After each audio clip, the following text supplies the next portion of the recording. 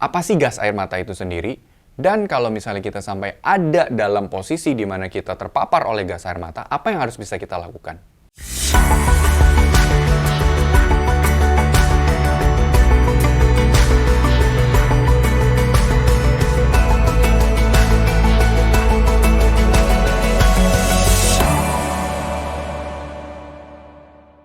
Halo Mami Millennials, kembali lagi di video YouTube kita hari ini bersama saya Dr. Gary. Dan hari ini saya mau membahas ada suatu tragedi yang sangat menyedihkan pada persepak bolaan Indonesia, di mana pada tanggal 1 Oktober kemarin itu terjadi kericuhan yang sampai menyebabkan ada 127 orang yang meninggal setelah Arema kalah dari Persebaya.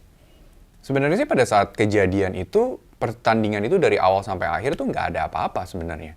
Tapi karena Arema kalah, yang isunya Arema itu tidak pernah kalah sampai 23 tahun di kandangnya sendiri, dan karena ini juga saat ini sedang baru pertandingan pertama yang bisa dinonton oleh begitu banyak orang dalam satu stadion, sehingga mungkin pendukung-pendukung ini menjadi sangat antusias, berlebihan, sehingga akibatnya menyebabkan ekspektasinya berlebihan, sehingga begitu Arema kalah, maka pendukung-pendukung Aremanya itu menjadi turun ke lapangan, yang sebenarnya nggak boleh. Lalu dia mempertanyakan kepada pemain-pemain, mempertanyakan kepada wasit, kenapa sampai bisa kalah. Di satu sisi, pendukung dari Persebaya juga nggak mau kalah, turun juga. Akhirnya mulai terjadi kericuhan, yang ditakutkan eskalasi atau meningkat malah menjadi tawuran, berantem, kerusuhan. Maka akhirnya petugas atau polisi pada saat itu mencoba untuk melerai, mencoba untuk membuat suasananya menjadi kondusif. Tapi yang sangat disayangkan adalah menggunakan gas air mata. Padahal gas air mata itu tidak pernah boleh dilakukan atau diberikan atau ditembakkan pada kondisi pertandingan sepak bola. Dan itu sudah diatur, ada peraturannya di FIFA. Pokoknya tidak boleh menggunakan gas air mata untuk melerai kericuhan yang ada di stadion, lapangan sepak bola. Nah, ceritanya berlanjut. Jadi ketika gas air mata itu ditembakkan, itu kan stadion penuh banget ya sama orang. Kalau orang-orang yang penuh itu tiba-tiba kena gas air mata, dia sendiri pun juga pasti akan ngerasa sangat tidak enak. Matanya perih, mungkin kulitnya ngerasa terbakar, mungkin dia juga jadi sesak napasnya. Akhirnya memicu kepanikan, dia harus segera keluar, dia harus segera menghindari dari paparan gas air mata itu. Tapi karena begitu banyak orang yang berjejal-jejalan di stadion, maka dia panik, mau coba keluar ke pintu keluar yang kecil, sehingga menyebabkan orang-orang tuh jadi saling menginjak satu sama lain. Terus juga sampai ada yang sesak napas karena berjejal-jejalan di pintu keluar, sehingga akibatnya bisa ada yang meninggal gara-gara terinjak-injak, bisa juga meninggal karena kekurangan oksigen, karena dia sesak napas. Dan bahkan yang sangat disayangkan juga saya dengar berita ada sampai orang tua yang kehilangan balitanya karena hilang gitu begitu dia desak-desakan dengan kerumunan orang yang sebanyak itu. Saya di sini tidak bisa menjelaskan kenapa sampai pemerintah atau polisi itu menggunakan gas air mata. Tapi yang saya bisa jelaskan adalah apa sih gas air mata itu sendiri, dan kalau misalnya kita sampai ada dalam posisi di mana kita terpapar oleh gas air mata, apa yang harus bisa kita lakukan. Jadi Mami Millennials tolong stay tune, saya akan coba jelasin. Oke, jadi gas air mata itu sebenarnya adalah kumpulan daripada zat-zat kimia yang sifatnya sangat iritatif, yang sangat bisa melukai. Jadi isinya tuh ada banyak, ada yang isinya CN, CS, PS, CA, CR, dan ini zat-zat kimia yang sangat berbahaya. Dan efeknya langsung, dalam beberapa detik aja begitu kita kena, itu udah langsung muncul gejalanya. Ya, karena memang fungsinya adalah untuk melerai kericuhan, supaya orang itu nggak jadi maju lagi, nggak jadi makin ricuh. Jadi makanya harus efeknya itu segera, cepat.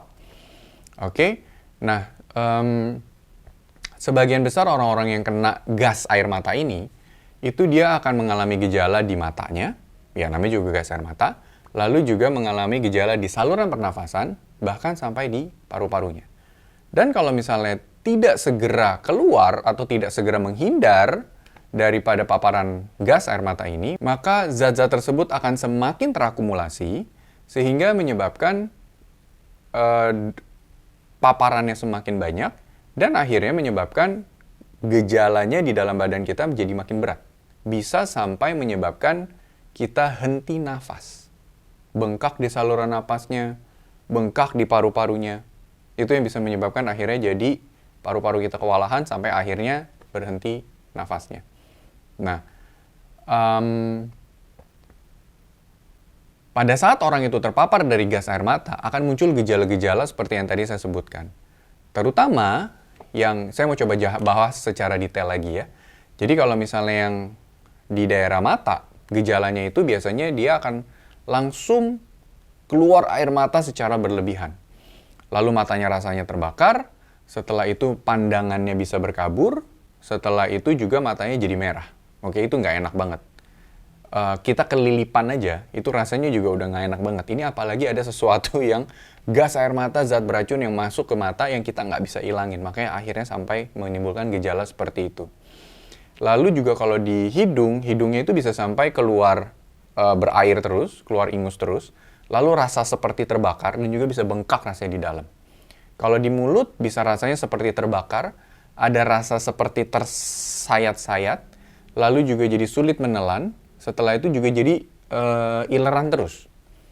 Lalu kalau misalnya di paru-paru, rasanya seperti sesak napas, lalu abis itu ada batuk-batuk, rasa seperti tercekik, lalu juga nafasnya bisa sampai bunyi kayak orang asma yang sampai hii seperti itu.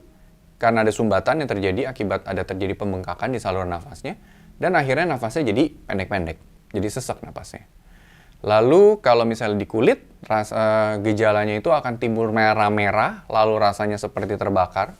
Beberapa kasus kalau misalnya paparan udah makin lama malah jadi mual, jadi muntah-muntah juga. Kalau kita tidak segera menghindar dari paparannya tersebut, seperti yang tadi saya bilang, mungkin karena kasusnya ini di mana di stadion, orang berdesak-desakan, mau kabur juga nggak bisa, maka gejalanya bisa akan makin berat.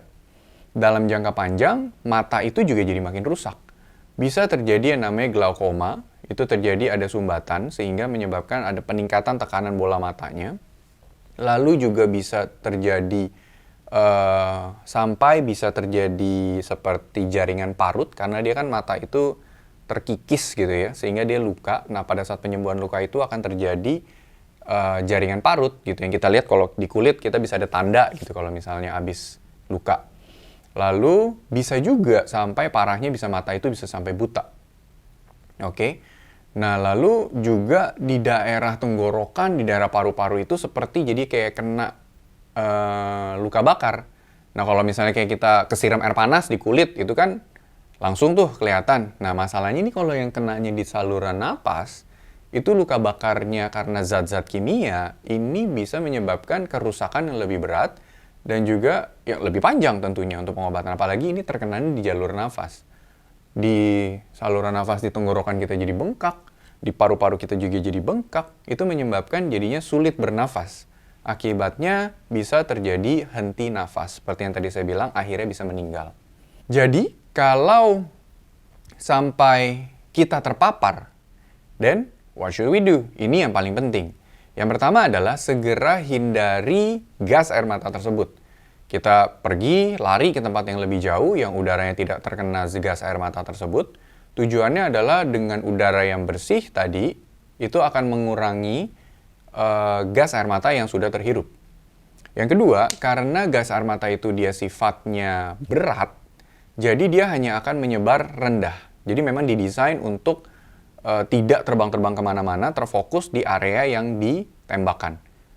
Nah, jadi kalau misalnya kita tahu dia sudah menyebar sampai ketinggian, misalnya sampai setinggi saya gitu, sekitar mungkin sampai 2 meter mungkin, itu kita cari permukaan yang lebih tinggi. Mungkin kita kalau di stadion, kita bisa naik yang lebih tinggi lagi, posisinya supaya kita tidak terpapar dengan gas air mata tersebut. Oke, lalu kalau misalnya udah kena, baju tuh harus segera dibuka kalau udah memungkinkan. Topi, apapun deh. Topi, baju, celana, apapun yang memang kita sudah pakai, itu harus segera dibuang.